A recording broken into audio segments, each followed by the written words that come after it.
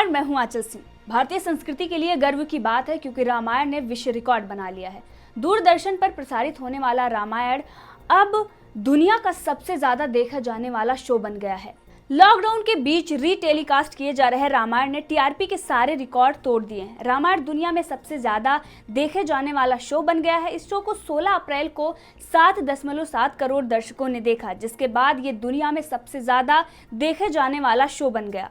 Corona virus के चलते lockdown के बीच लोगों ने सरकार से अपील की थी कि रामायण को पुनः प्रसारित किया जाए, जिसके बाद दर्शकों की मांग को देखते हुए सरकार ने फैसला लिया कि रामायण को पुनः प्रसारित किया जाएगा और जिसके बाद रामायण को काफी अच्छा रिस्पांस भी मिल रहा है। रामायण के रीटेलीकास्ट ने हिंदी जीईसी यानी journal entertainment channel show category में 2015 के बाद सबसे ज्यादा रेटिंग्स हासिल की है।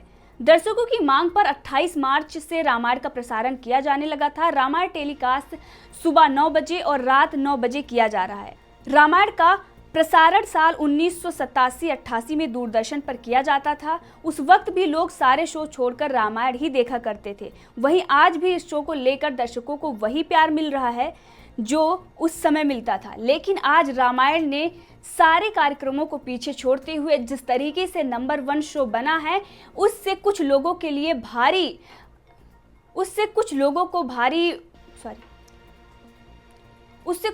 को बड़ा झटका लगा है। जी, हम बात कर रहे हैं प्रशांत भूषण और रवीश कुमार जैसे पत्रकार को, साथ में ही पूर्व जज, जिन्होंने इसको लेकर ट्वीट किया है कि सरकार भूखे पेट लोगों को रामायण दिखा रही है। और जिसके बाद आपको बता दें कि पूर्व जज मार्केंड काटजू ने मोदी सरकार पर यानी सरकार पर तंज कसा है। जो उन्होंने रामायण को प्रसारण करने का फैसला लिया था, उस पर उन्होंने कहा है कि रोटी नहीं दे सकते तो रामायण दिखा दो। तो जिस तरीके से शो आज नंबर 1 पे बना हुआ है, इससे इन लोगों को काफ़ी बुरा लग रहा है, क्योंकि इन लोगों को सिर्फ और सिर्फ सेकुलरिज्म के नाम पर हिंदुत्व को गाली देना है और भारतीय संस्कृति को बिगाड़ कर रखना है। इसी के बाद इनका ट्वीट आया है, लेकिन अब इन पर संबित पात्रा ने भी तंज कसा और उन्होंने कहा कि काटजू साहब, भूखे पेट रामायण भी नहीं देखी जा सकती। ये कम्युनिज्म और कथाकथित सेकुलरिज्म का कॉकटेल ना बनाए। तो जिस प्रकार से ये पूर्व जज ने इस पर अपना वक्तव्य दिया था, उसके बाद संबित पात्रा ने उनकी खिंचाई की। इससे और भी कई लोग इससे दुखित थे। जब रामायण के प्रसारण की बात की गई तो रवीश कुमार ने भी काफ़ी आपत्ति इस पर जताई और कहा कि जनता भूखे मर रही है, बैगन सड़ रहे हैं और सरकार रामायण दिखा रही है। उस पर भी उन्होंने काफ़ी कुछ इस पर बोला था। लेकिन आज उन लोगों के लिए बड़ा झटका है, क्योंकि आज जो हमारी संस्कृति है, हमारी सभ्यता है और एक तरीके से जो भारतीय शो है, सबसे ज़्यादा देखा जाने वाला शो बन गया है, नंबर 1 का शो है। और इसी पर उन लोगों को भी झटका है जिन्होंने इस पर लेकर काफ़ी टिप्पणी की थी और बहुत ही घटिया बात कही थी। जी हाँ, हम बात कर रहे हैं प्रशांत भूषण की, जिन्होंने ट्वीट कर कहा था कि जब जबरन लॉकडाउन के कारण देश को करोड़ों का नुकसान हुआ तो सरकार दूरदर्शन पर रामायण और महाभारत धारावाहिक का प्रसारण शुरू कर लोगों को अफीम खिला रही है। तो जिस तरीके से उन्होंने हमारी सभ्यता और संस्कृति को बदनाम करने की कोशिश की थी, एक तरीके से उन्होंने महाभारत और रामायण को अफीम बताया था, जो हमें अच्छे मार्ग के लिए आगे प्रसरित, जो हमें अच्छा मार्ग दिखाता है, जीवन में कठिनाइयों से लड़ने की सीख देता है। आज उन्होंने उसी संस्कृति, भारतीय संस्कृति पर सवाल खड़ा कर दिए और उसकी तुलना अफीम से की है, जिसके बाद प्रशांत भूषण के खिलाफ शिकायत भी दर्ज करा दी गई थी। आपको बता दें कि सेना के एक सेवानिवृत्त जवान जय देव जोशी की शिकायत पर उनके खिलाफ गुजरात के भक्ति नगर पुलिस स्टेशन में पुलिस ने मामला दर्ज किया। प्राथमिकता में उन धार्मिक भावनाओं को आहत करने और सरकारी आदेशों पर बेवजह टिप्पणी करने का आरोप लगाया था उन्होंने, जिसके बाद अब ये मामला सुप्रीम कोर्ट पहुंच गया है। फिलहाल सुप्रीम कोर्ट ने गिरफ्तारी की बात नहीं कही है, लेकिन राज्य पुलिस से जवाब तलब किया जा रहा है। यानी कि जिस तरीके से इन्होंने धार्मिक भावनाओं को ठोस पहुंचाई और एक तरीके से इन्होंने जो किया था, भारतीय संस्कृति को बदनाम करने की कोशिश और रामायण और महाभारत को लेकर इस तरीके से जो टिप्पणी की गई, उस पर मामला सुप्रीम कोर्ट पहुंच गया है। और वहीं पर जेएनयू में रामायण का वेबिनार करने की बात कही गई थी, जिसके बाद विपक्ष ने इस पर करारा हमला बोला था। विपक्ष का कहना है, वहीं आरजेडी के नेता और तमाम ऐसे पार्टी के नेता, कांग्रेस के भी नेता, जिन्होंने इस पर आपत्ति जताई थी, उन्होंने कहा था कि इस समय पर जब महामारी फैली हुई है पूरे देश में, तो लॉकडाउन में रामायण दिखाने का क्या तुक बनता है। लेकिन जो प्रेसिडेंट हैं जेएनयू के, उन्होंने इस पर उनको बताया कि किस तरीके से छात्रों में एक पॉजिटिविटी आएगी, कि किस तरीके से कठिन परिस्थितियों में लड़ने की क्षमता रखनी चाहिए, और जो रामायण हमें सिखाता है उन सब चीज़ों पर बात की जाएगी। और इसीलिए रामायण दिखाकर लोगों में पॉजिटिविटी लाने की कोशिश की जा रही है। और उस पर जो विपक्ष राजनीति कर रही है, तो इनसे ये साफ हो जाता है कि भारतीय संस्कृति सभ्यता जो हमें जीवन में आगे बढ़ने के लिए मार्ग दिखाती है, जो हमें जीने की कला सिखाती है, वो सारी चीज़ें इनकी समझ से परे है। और लगातार ये इसका विरोध करते आ रहे हैं, चाहे वो कांग्रेस हो या तमाम ऐसी पार्टियां हैं जो अपने फायदे के लिए, यानी कि वो तुष्टीकरण की राजनीति करती आई हैं, और इसीलिए भारतीय संस्कृति को वो पहले से भी कोसते आए हैं। और आज अगर भारतीय संस्कृति की कोई बात करता है तो उस पर उनको आपत्ति हो जाती है, जिसके बाद आपको पता है कि प्रशांत भूषण पर भी कार्रवाई की गई है, सुप्रीम कोर्ट में मामला चला गया है। और वहीं संबित पात्रा ने भी पूर्व जज को किस तरीके से जवाब दिया, इससे ये साफ हो जाता है कि कहीं ना कहीं सरकार भारतीय संस्कृति को अभी भी सजोने में लगी हुई है, जो विपक्ष के द्वारा अभी तक उसे खत्म करने के उसका हनन ही किया गया है। और विपक्ष लगातार इसका विरोध करती रही है। आपको हमने बताया कि रवीश कुमार ने भी इस पर आपत्ति जताई थी, और वहीं विपक्ष भी इस पर करारा हमला बोल रहा है। लेकिन अब जब 16 अप्रैल को 7.7 करोड़ जनता इसको देखती है और पूरे विश्व में रिकॉर्ड बन जाता है, तो इससे ये साफ होता है कि लोग कितना रुचि लेते हैं हमारी सभ्यता और संस्कृति में।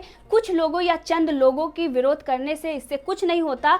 आपको बता दें कि 16 अप्रैल को ऐसा क्या था जिस वजह से 7.7 करोड़ लोगों ने इस शो को देखा। तो आपको बता दें कि उस दिन, जिस दिन ये रिकॉर्ड तोड़ा रामायण ने, उस दिन जो प्रसंग चल रहा था वो था राम रावण का वध, और रामायण में संजीवनी बूटी का एपिसोड चल रहा था। इसको लेकर पहले भी सोशल मीडिया पर बहुत ज़्यादा उत्सुकता थी लोगों के बीच, कहीं ना कहीं इससे और चीज़ों से जोड़कर भी दिखाया जा रहा था। जिनको अज्ञानता थी उनको भी दिखाया जा रहा था कि किस तरीके से हमारी सभ्यता और संस्कृति को लोगों तक पहुँचाया जाए और लोगों को जागरूक किया जाए। क्योंकि कुछ लोग ऐसे हैं जो हिंदू धर्म के ही हैं, हमारी ही संस्कृति को आज नहीं समझ रहे हैं। उनको समझाने के लिए भी इस पर पहले से ही सोशल मीडिया पर काफ़ी चर्चाएं हो रही थी। और जिसके बाद 16 अप्रैल को वो एपिसोड इतना हिट गया कि 7.7 करोड़ जनता ने देखा, और डीडी नेशनल पर 16 अप्रैल का जो एपिसोड है इतना हिट हो गया।